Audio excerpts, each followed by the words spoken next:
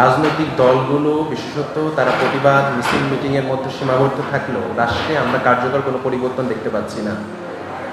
আজকে থেকে 17 বছর পূর্বে যখন আওয়ামী লীগ সরকার রাষ্ট্র ক্ষমতায় আসে, আমরা ধারাবাহিকভাবে দেখেছি যে যখনই ধর্ষণ, নিপীড়ন, সাইবার বুলিং ইস্যুগুলো আসতো, তখন আওয়ামী লীগের নেতাকর্মীদের নামগুলো আমরা শুনতে পেতাম।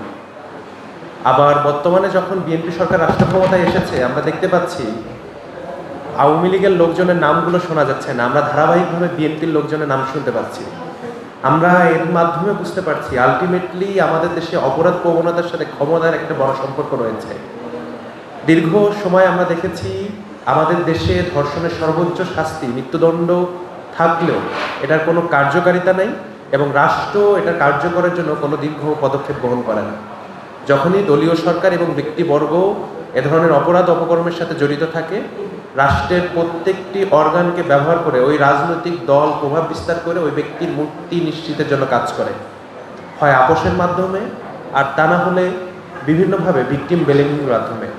আমরা দেখেছি তারই ধারাবাহিকতায় রাষ্ট্র যখন চরম দুর্নীতি, অপকর্ম এবং স্বৈরতন্ত্র কায়েম হয়েছিল 2024 সালে গণঅভ্যুত্থান বাংলাদেশের মানুষ রক্ত দিয়ে সংগঠিত করে এবং বাংলাদেশের মানুষ স্বপ্ন দেখেছিল আইন আদালত থেকে শুরু করে রাষ্ট্রের প্রত্যেকটি প্রতিষ্ঠান রাষ্ট্রের জনগণের জন্য কাজ করবে।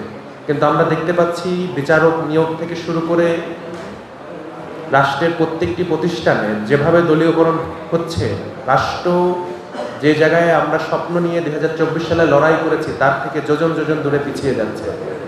আসিয়া, রামিসা থেকে শুরু করে গত 20 বছর 25 বছরে যারা ধর্ষিত নিপীড়িত হয়েছে, কার্যকরভাবে কেউই বিচার পায়নি। 2015 সাল থেকে 2024 সাল অবধি বাংলাদেশে ডেইলি স্টারের তথ্য মোতাবেক 5600 জন শিশু ধর্ষণের শিকার হয়েছে। এগুলো পুলিশকে রিপোর্ট করেছে, আর যতগুলো রিপোর্ট আইন আদালত অবধি পৌঁছায়নি তার সংখ্যাটা কত হতে পারে, কতটা নির্মম এই রাষ্ট্র ব্যবস্থায় আমরা বসবাস করছি। কিন্তু আমরা ধারাবাহিকভাবে দেখি রাষ্ট্রপ্রধান থেকে শুরু করে প্রত্যেকে অঙ্গীকার করে যে তারা রাষ্ট্রে বিচার নিশ্চিত করবে, তারা এটা করবে, তারা ওটা করবে। কয়েকদিন পর যখন নতুন ইস্যু আসে, আমরা পুরনো ইস্যু এবং পুরনো ঘটনাগুলো কোল্ড ফিশের মতো ভুলে যাই। আমি একটি প্রশ্ন রেখে আমার বক্তব্য শেষ করব।